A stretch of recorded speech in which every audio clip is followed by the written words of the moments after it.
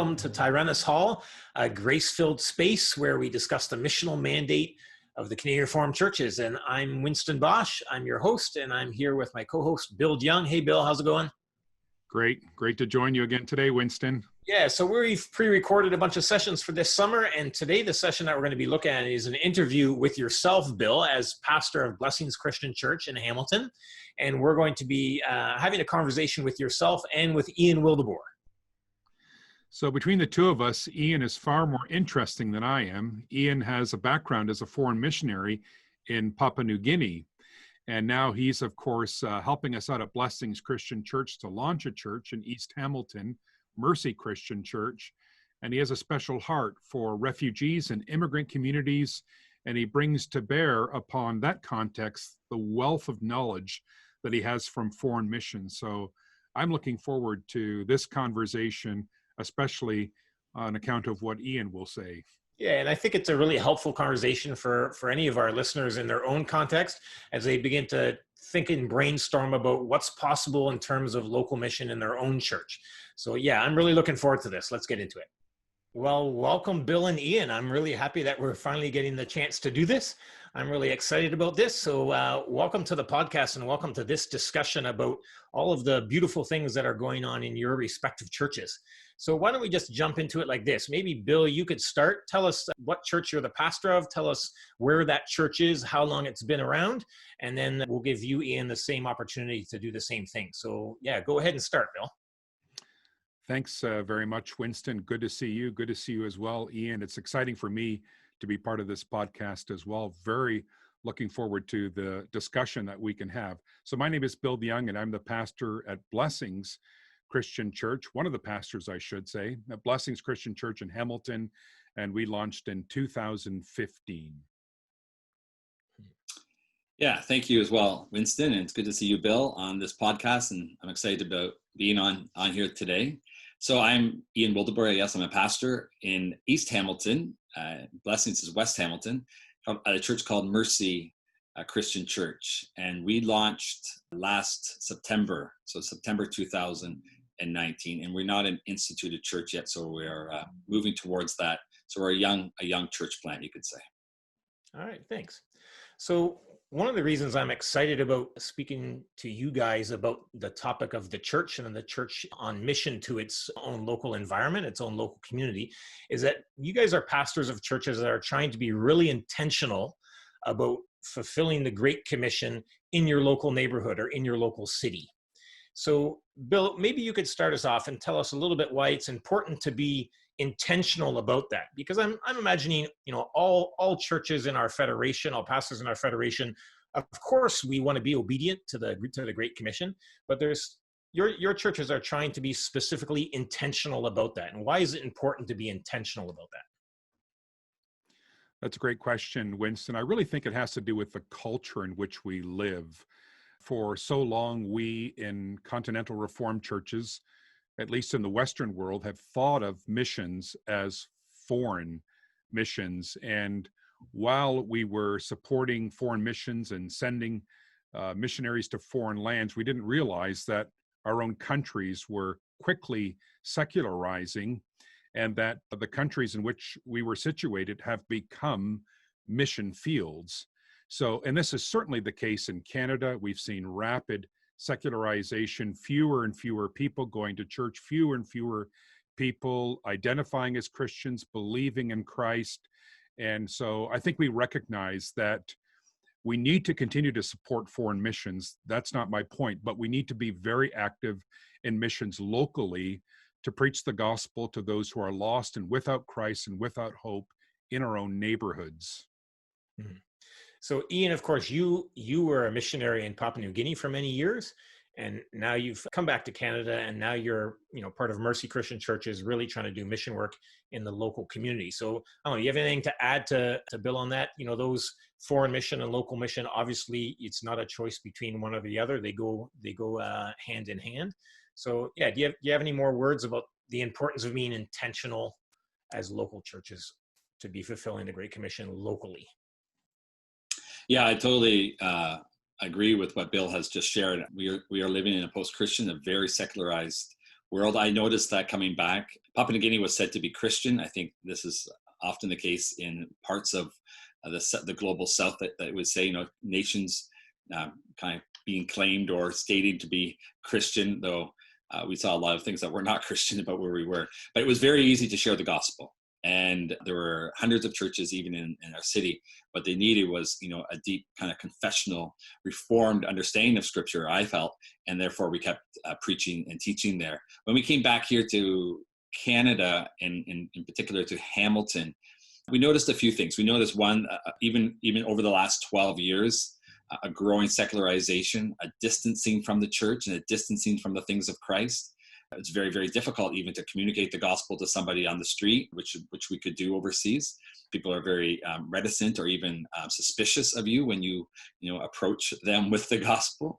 So we noticed that initially, and I think the other thing that we noticed is the flood of the nations coming into Canada, which is beautiful. Hamilton is kind of maybe a melting pot of sorts for immigrants and refugees. They're coming in here. They're trying to find a place here, and many of them are searching.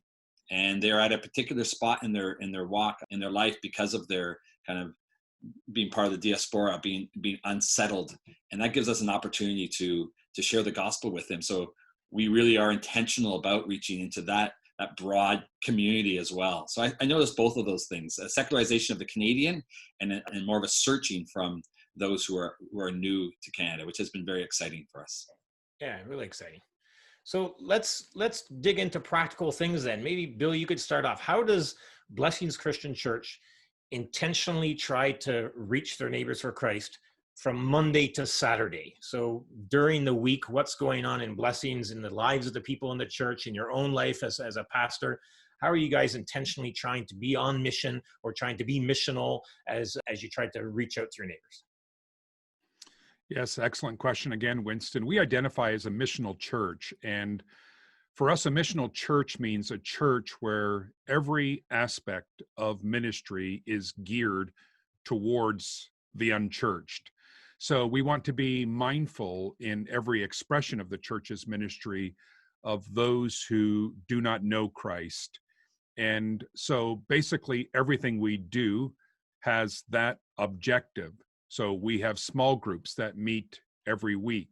We encourage our small groups each to be involved with missional initiatives in the city. We encourage small groups to invite those who are unchurched to attend. We encourage members of our church to befriend neighbors and to be hospitable and to establish relationships, to care for those around them, to make a gospel presentation plausible. I think it has changed how we view our church building. We have a building on Locke Street in West Hamilton, and we believe that this building also gives us missional opportunities. So we've opened the doors during the week for different organizations to meet here. The Kirkendall Neighborhood Association meets here. We have other local neighborhood groups that meet here, and we are able to form relationships. We are able to collaborate with our neighbors on certain causes, and we are building relationships. And as I said, we are building plausibility for the gospel. It's become so important, especially in our day and age, for relationships to exist prior to people hearing gospel presentations. The day and age in which Billy Graham could stand up in an arena and preach the gospel and people would be converted, those days are gone. It's a different world in which we live. And so we're constantly looking for opportunities to meet people and to collaborate with them.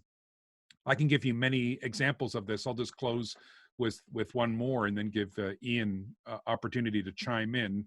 But we also partner with neighborhood churches in environmental concerns. So what can we do to enhance the environment of our particular neighborhood? So we helped organize a meeting for the community in which we talked about increasing the urban forest here in the city of Hamilton, which is healthy for people. It's good for people with asthma, for example.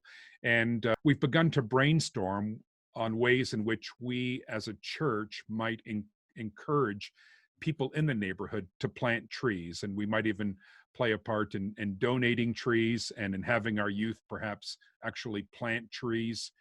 So over time, many of the neighbors of the church are getting to know blessings, relationships are established, and occasionally, under God's blessings, we are able to present the claims of Christ to such people.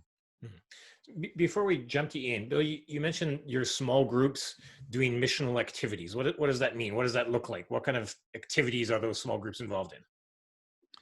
Yeah, so one of the things that our small groups do is they serve food to street-involved people, working poor people at a particular location in the city of Hamilton. These are people who don't have an income, and we take that opportunity to present the gospel. We always pray with these people, indicate how we care for them. So that would be one example. Individuals in our small groups or small groups collectively also volunteer and partner with many other existing ministries in the city of Hamilton, one of which would be Micah House, which is a home for refugees who are newly arrived here in Canada. And this is another way for us to form relationships with others in the city. All right, shift over to you, Ian. Tell us about Monday to Saturday at Mercy Church. We're recording this now in the middle of COVID, so let's just talk about in a regular period of time where you can actually go out and meet people and gather together. What does Monday through Saturday look like as far as the fulfilling the Great Commission for Mercy Christian Church? I just want to say I'm so thankful that Blessing's planting trees because we get to enjoy them. We haven't really joined them in that one yet, but we will. I think it's beautiful. Hamilton's a very green city. Has lots of waterfalls. But yeah, so we're quite a young church, so we're trying to, to find our way. One of the things I encourage right from the very beginning is to practice what we call a theology of presence, to understand the need to be present. Writers are speaking about this maybe more now than in the past, partly because of this change in dynamic where, kind of truth propositions or propositional ways of approaching the gospel are not ways that have been helpful. Well, they're still helpful, but they're not ways that translate into a lot of traction, you could say. But when you live presently, when you come with people, when you walk beside them, you kind of build relationships that allow you to allow trust to be built. So I've encouraged that. One of the ways to do that is to actually have people move in. We were able to kind of localize the area that we want to work in, which is East Hamilton, in particular, a neighborhood called McQueston neighborhood.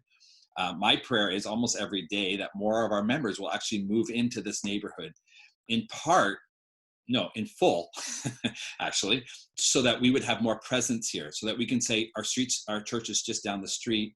Oh, I can go pick you up. Oh, we need to go to the store. I'll walk with you, whatever. But we're with you and we're in your community and we love the community. We have a subsidized housing close to where our church has an office, or what we call the Mercy Center. And I hear a lot of people in that area saying, we would love it if you were able to run a program here or help us out. It's 180 units, a lot of broken homes, a lot of children, a lot of need, a lot of lone parents. And it's easier to be in the neighborhood, to walk with people when you're here because you live in their neighborhood. So that's starting to happen. People have walked into the move-in model or kind of adopted the move-in model. We've have one of our buildings here where a number of our members have moved into an apartment building. Just for the sole purpose of praying and opening the opportunities for the gospel. So that's kind of the lifestyle that we've encouraged here. I think, one of the other things that we're doing regularly is coming together to pray for the lost in our community and the hurting, but then also to go on prayer walks. And that's basically walking, praying, and talking also about the community, and then being intentional about the people we visit. So sometimes we'll go into an apartment building, we'll just stand in the front lobby before COVID, and we'll just meet people. We'll pray for the apartment building. Sometimes we'll walk through every hallway and pray over every door, just for the people inside. And if we meet people, we'll start talking to them, just asking God for opportunities for us to engage the community and to hear those questions and to listen to their stories. I'll just give one small anecdote here. I was at a mall about half a year ago, and I just sat beside an elderly man. I think he was from Afghanistan, and we started talking, and I listened to him, his story, for about 40 minutes. He just kept talking and talking and talking, And at the end, he said, "You're the first person who has heard my story in Canada. And I've been here for 5 years." He said, "People in Canada are not listening. They just, I come back home to my apartment building, people don't care." And so I think the whole idea of a theology of presence, a theology of listening maybe, is where we need to start to kind of build that framework. We're doing other things. We have done flyer drops. We are putting posters up in apartment buildings. We're getting to know the superintendents of apartment buildings so that they can kind of encourage people to find us. And I think we're also participating in different programs here. We have an urban garden that we have a plot of land in. We have a Parkdale Park, which we go to every Friday night as a church community, just to hang out with the skaters and the basketball players, whoever's down there. And it's really it's organic, it's simple, but we also try to have our members intentional about that time. We want those Jesus conversations to come up. We do, but we're not pushy. We walk with people. So I'll stop there, but that's some of the things that we're doing. So both of you guys are describing an approach that's super relational, getting to know your neighbors, getting to know people, enter into relationship with them, hoping that that'll open up doors where you can have gospel conversations or share your faith with them. What about programs? Like, do you run evangelism programs? Do you run any other specifically, mission orientated programs that runs on Thursday night at 9:00 or something like that? Or is that not part of what you do? I would say that we do run both Christianity Explored and Life Explored here at Blessings. And those are evangelistic programs in that sense. In fact, we're doing one right now. We're doing Life Explored via Zoom. But usually, even in these cases, the people who are joining us for these meetings are people with whom we have relationships, people who have already heard something about Jesus. So from my vantage point, we're certainly not opposed to programs, but I think we need to understand how programs fit in with the mission of the church. And they're generally not the ways in which you're going to meet people. I think very few people are going to sign up for something like this without a relationship already in place. But in the past, we've also run jobs clubs and money coaching clubs for people who are unemployed. They can come to the church. We collaborate with an organization called CAP, Christians Against Poverty, and people learn how to create a resume. People learn how to do a job interview. We run mock job interviews with local employers. And in the process, we are, of course, introducing people to the gospel and inviting them to join us for worship. And we've had some success with this. This has borne fruit in our church with people coming to church and at least one becoming a member as well. So, yes, I think programs do play a role in this, though establishing relationships has priority over programs. Yeah, that's good. And I would concur. I think, one of the things I've shared at the beginning, I said, we don't want to become a programmatic church, a church that's driven by programs in the hope that program will bring those opportunities of sharing the gospel. I think it's a second or a third kind of approach. The first is those relationships. And so we are also doing Life Explorer. We will be doing that soon. And one of the things that we want to use the Mercy Center for, which is about a 2,000 square foot kind of open space with my office here and a kitchen, is a place for discipleship, for people to come in, enjoy fellowship here. There's a coffee or whatever, but then also to begin those conversations and just walk with people. One of the things that we have done, so neighbors are coming in, a few of them, or people invite their friends or their neighbor into church. And as soon as we can, there's always that, don't, jump on them and they run away because they're scared of you. But, there's a sense that after 3 or 4 times, if they're coming, we pair them up with a mentor. And so we have paired up a number of people. And the idea is that you just begin walking with them and you open scripture with them. So it's very intentional about opening the Bible with them, walking through the book, probably Mark or another book as they choose, and just allowing them to understand the gospel story. And then if there's questions, they come back to us as leadership if the leadership is not involved. The other thing that we've done is We put up posters recently, and this is a little bit different because of COVID, but we've had posters all up, and I think Blessings has done the same now around the Kirkendall neighborhood. We've done it around McQueston, and we've had a number of people call in, some just because they're lonely, some because they need assistance. I had a gentleman call in saying, I'm struggling with cannabis, love to be free of this addiction. So what we do, we immediately pair these people up with somebody who is now going to be used as a point of contact. So they'll call that person weekly or bi-weekly, just walk with them, just listen to their stories, just say we're here for you, So we have about 5 or 6 people right now because of COVID that we're in constant contact with. I'm in contact with one of them, but the rest of the congregation has other members are in contact with others. So just that point of not being driven by the program, but using the program to facilitate, you could say, the conversation, to facilitate the relationship, and ultimately to bring them to an understanding that they need Christ and that there's a gospel for them, So I'll stop there. Yeah. Yeah, that's great. That's great. And I love how you're talking about, someone's coming in, you pair them with somebody in your church. And it just speaks to the fact that I know in your churches that you're don't see sort of, evangelism and engaging in relationships is just the task of the pastor. This is something that you're trying to get the entire congregation involved in.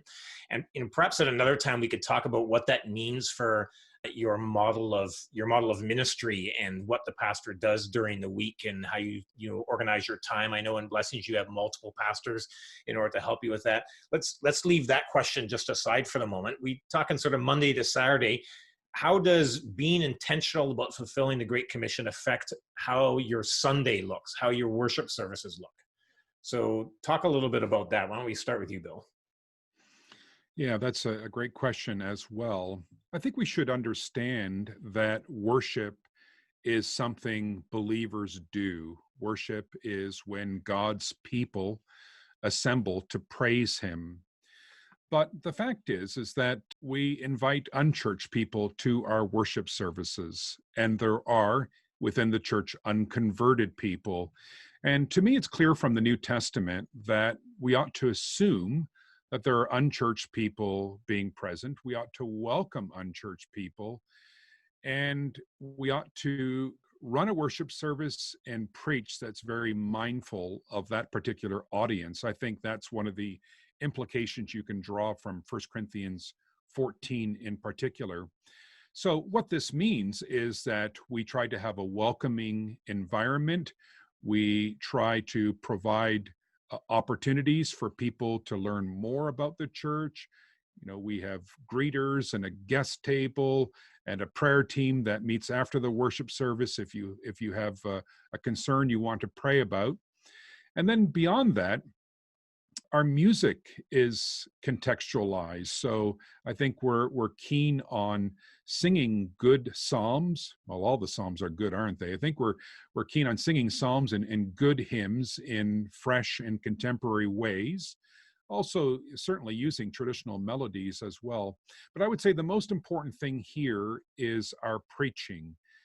We try not to make great assumptions about biblical literacy, which can be very alienating for people. It's important for us not to adopt an us versus them posture in the pulpit where you're pitting the church against the world.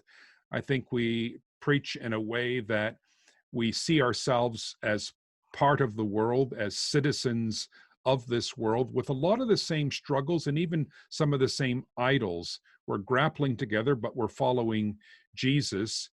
I think we're very keen on pointing people to Christ and having very Christ-centered messages and unveiling the beauty of the gospel in every sermon, and including a kind of summons to believe in the sermon.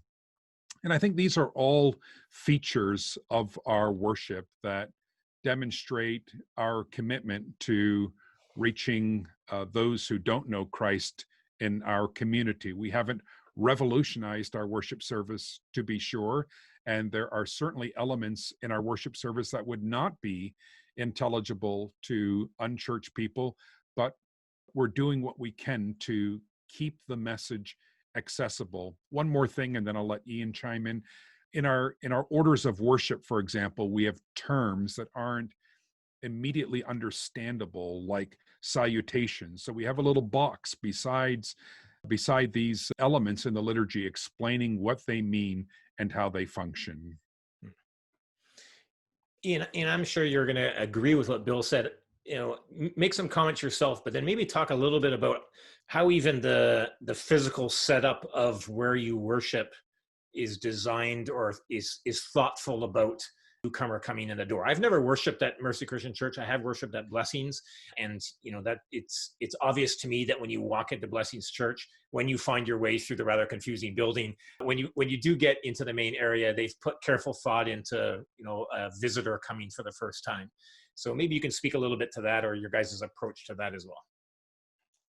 Yeah. So a lot of the things are, of course, similar. We are a daughter church of Blessings, so you would expect a lot of the same liturgy, our approach to worship and everything. So, but one of the things that God provided for us was an interesting space in a banquet hall, actually. So it was, the Lord opening this door, not us saying, we want this kind of facility. We didn't really know exactly what we wanted, and this is what the Lord provided. But we were able to maximize our facility, and I think it's been a real blessing. So it's a large banquet hall, maybe about 10,000 square feet, and it's downstairs, but and upstairs is the Ukrainian Catholic Church that's actually in worship, or just ending their worship as we begin. So, and they don't mind, which is good. Anyway, so we enter into this large space that we've translated into a worship center, I guess you could say. And what we've done is put the pulpit on the side and create a moon, or like a half moon around the pulpit. And then we put tables behind that, and then there's more tables behind that. So there's actually a lot of tables in our space. And one of the reasons that we do this is, one, because we don't actually have any room for our children, so except for very, very young children. So they're actually in the service, and they're sitting with their parents, often behind these tables, coloring and following the sermon and the service through interacting on their coloring page. But we've also noticed, interestingly, that newcomers into a space like a worship service is extremely fearful. Like they're scared. They want to be there, but there's a lot of people dealing with mental health. There's a lot of people dealing with anxiety and other issues. Sitting beside someone closed in the pew is very, very difficult. So we have about 6 or 7 tables at the back of our church that people just come and sit behind. They grab a coffee and they sit there, and they don't feel that tension. That they hear everything. They can see me preach. They can worship with us in the song, but they're not feeling hemmed in. They're not feeling kind of eyes all over them, I guess you could say. So that has been very, very helpful. So we have a number of people kind of walking in and out during our service, which I don't mind. A bit like Papua New Guinea, we'd have animals, even dogs and cats and chickens and whatever else coming through. We don't have that here.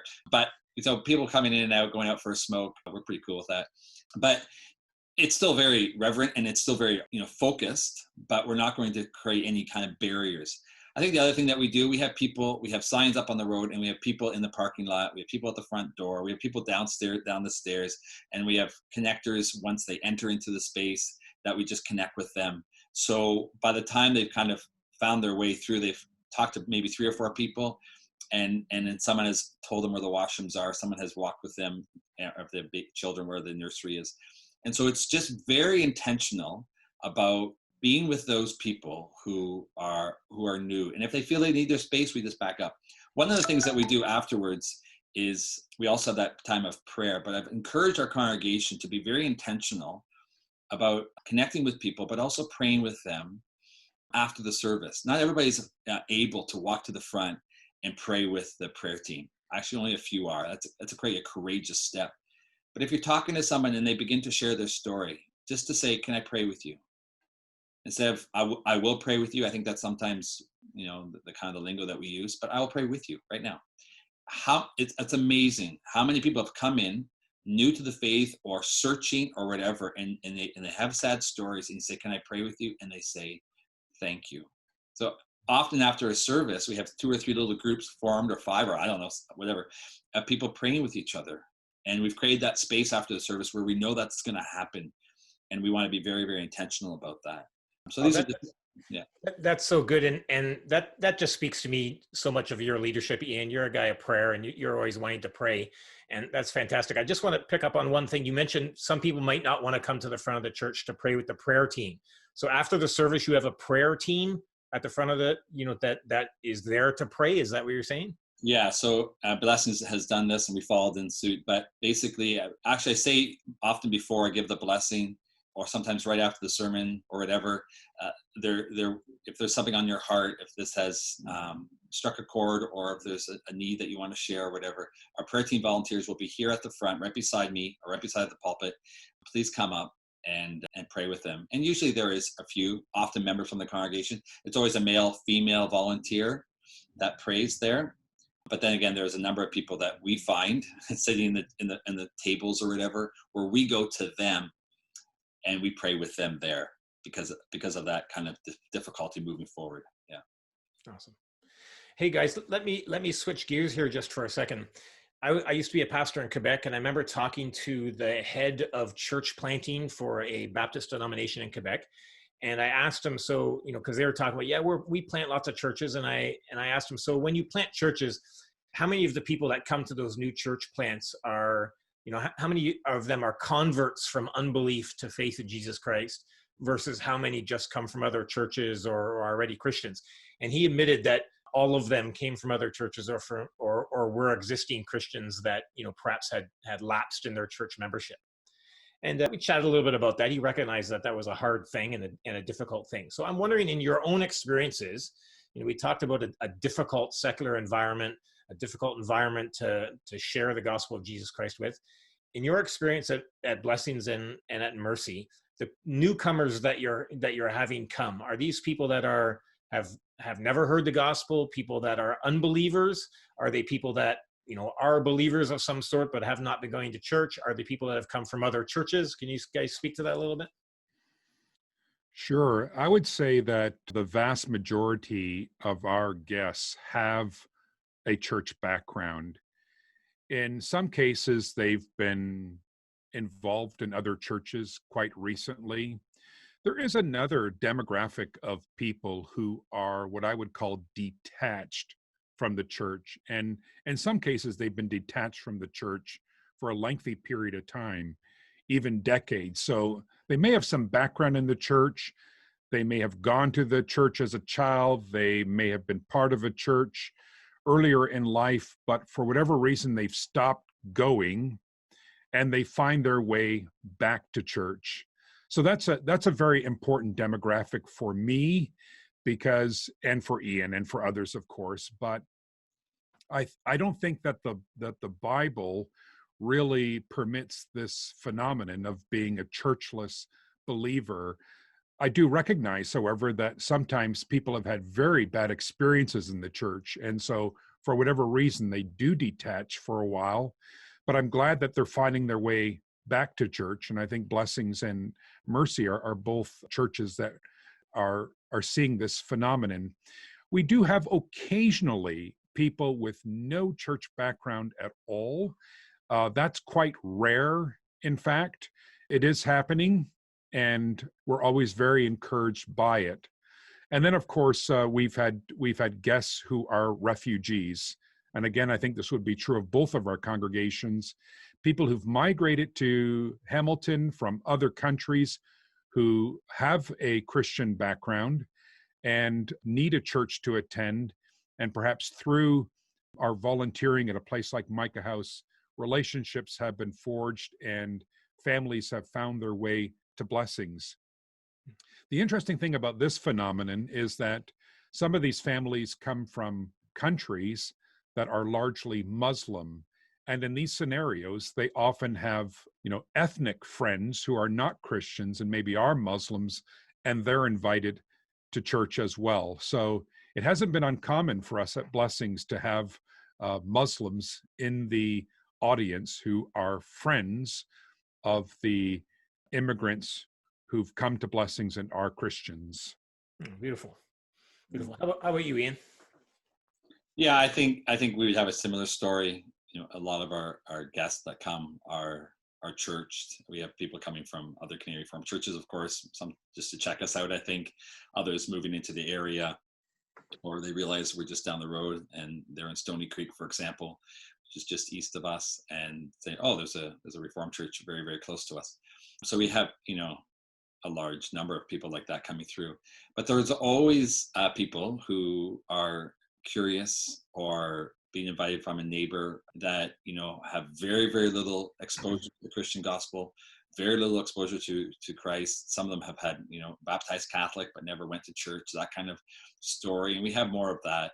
But let me just share a recent story. So we had a couple from Iran join us, and they've stayed with us now for about 4 months. But she was upstairs looking for a church, and the priest actually upstairs sent her to us. I said, "Oh no, they will look after you very, very well down there."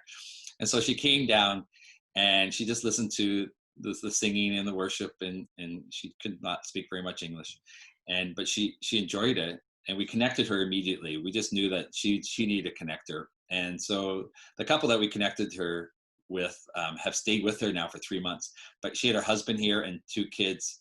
Her husband now is actually working on my foundation on my house. He's a civil engineer from Iran as I speak right now. And she's actually a master's in architecture. So very brilliant people. But they were just attracted to our church and to the love they received. And since then, they've gone, I think, through the Alpha program about 8 times on their own. They have so many questions, but they're coming to know Christ. And it's so exciting. So we have these, stories where people are coming in. We have, we're a bit of a landing spot again for refugees. Ottawa would be as well, or landed immigrants, and they're searching, and we're praying for more of these people who are searching, and we can help them find the answer in Christ. So we're hoping that they will surrender their life to Christ fully, and that we'll be able to witness a baptism in the near future with this couple. So it's very, very exciting. Oh, thanks, man. That's a beautiful story. Isn't that the kind of thing that just, that puts a spring in your step as a pastor? That just gets you excited and makes you feel so privileged to be involved in God's kingdom work when the Lord gives you by His grace to be able to see some of the fruits of your labor and watch somebody who's coming to Christ. It's just amazing.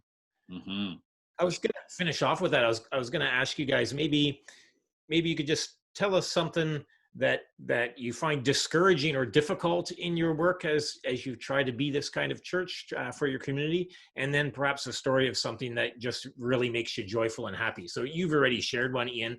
Bill, something that you find this is something that is frustrating or difficult as you try to reach your local community for Christ, and then something that gives you joy and makes you smile.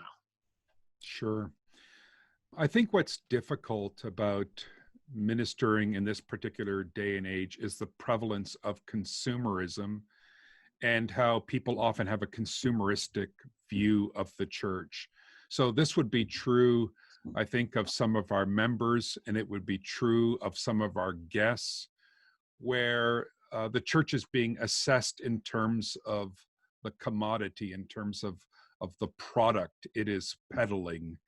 And in that regard, the church is being evaluated by standards that I think are foreign to the gospel. So people might come to church and they might have a great experience and they might love the worship, but they're loving the worship because they're enjoying the music or because the preaching is clear and intelligible, or because the people are nice.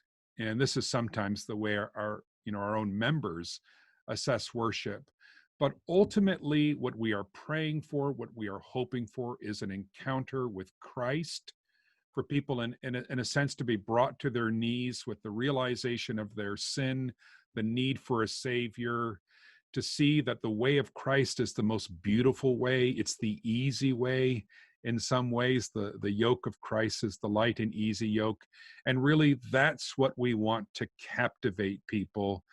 And we don't want to feel a pressure to package a product in a certain way that's appealing to sensibilities of people in our day. So I would identify that as a great challenge that we face in terms of those within the church and also those without the church. In terms of something encouraging, I work here at the church. I have an office in the church building. I spend a lot of time in the neighborhood with neighborhood people, and I'm super, super encouraged to hear our neighbors speak positively about the church. And in some cases, these are prominent people. These are city councilors. These are doctors, lawyers, prominent people in the city. They've heard about blessings. They discern that we care about people. We want to see the neighborhood flourish.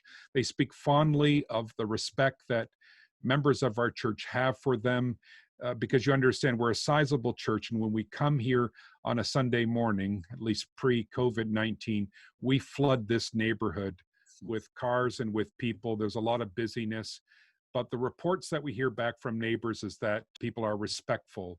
And I think there is actually something that promotes the gospel when people see a steady stream of families and young people, older people going to the church on Sunday.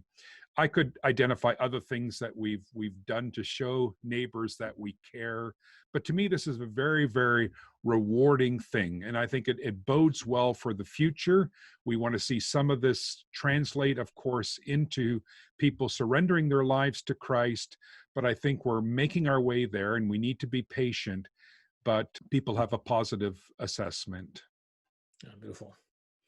Ian, do you have anything to add to that? Yeah, I agree with Bill, of course, on how hard it is to do ministry here and the consumeristic mentality. I think, one of the things I've noticed coming back is that it's actually very difficult to build relationships here, and how closed off and individualistic everybody is. And so you're always praying for opportunities to kind of get into people's homes pre-COVID and, be able to sit with them and talk with them. But it's hard. It's hard to build those relationships. It's hard to get to know our community. It's hard to enter into that space. And so we're really praying for those opportunities. You as well, Winston, worked in a culture where people lived not in their homes. They lived outside their homes. And so you're always engaging people, and you could always talk about things that really mattered. These problems exist here, but there's just no opportunity to talk to them. Like, where do you meet them, kind of thing. So I think that's probably our biggest challenge, to say, okay, we love our neighborhood, but we don't know it very well. How do we get to know our neighborhood? And so those are things that we are struggling with and getting to know, working through. But yeah, I think, being here as well, I'm excited about our Mercy Center here and the potential the Lord has for us here, right across from a school, close to subsidized housing, but also a community of people that, we're growing to love, and we do love them. But also all the businesses along the street here. I'm getting to know the business owners and building relationships with them. So it's just really nice to start to feel part of the community. I've taken my car off the road. I walk to work or rollerblade to work. And, I just become more of a fixture here, which is really, really what I want. Hope my reputation's okay. But they're kind of given those gospel opportunities already now. So it's good. We're very, very thankful. And we're a young church. There's a lot of energy. It's just directing that energy in a way that brings glory to God. Yeah. Thanks. Awesome. So next time you come to Ottawa to preach for us, you can wear your rollerblades. It's okay. Well, hey guys, there's so many other questions that I'd love to discuss with you. Maybe we can do a part 2 in the future. But I just wanted to say thank you so much. I'm relatively new as a pastor in the Canadian Reformed Federation.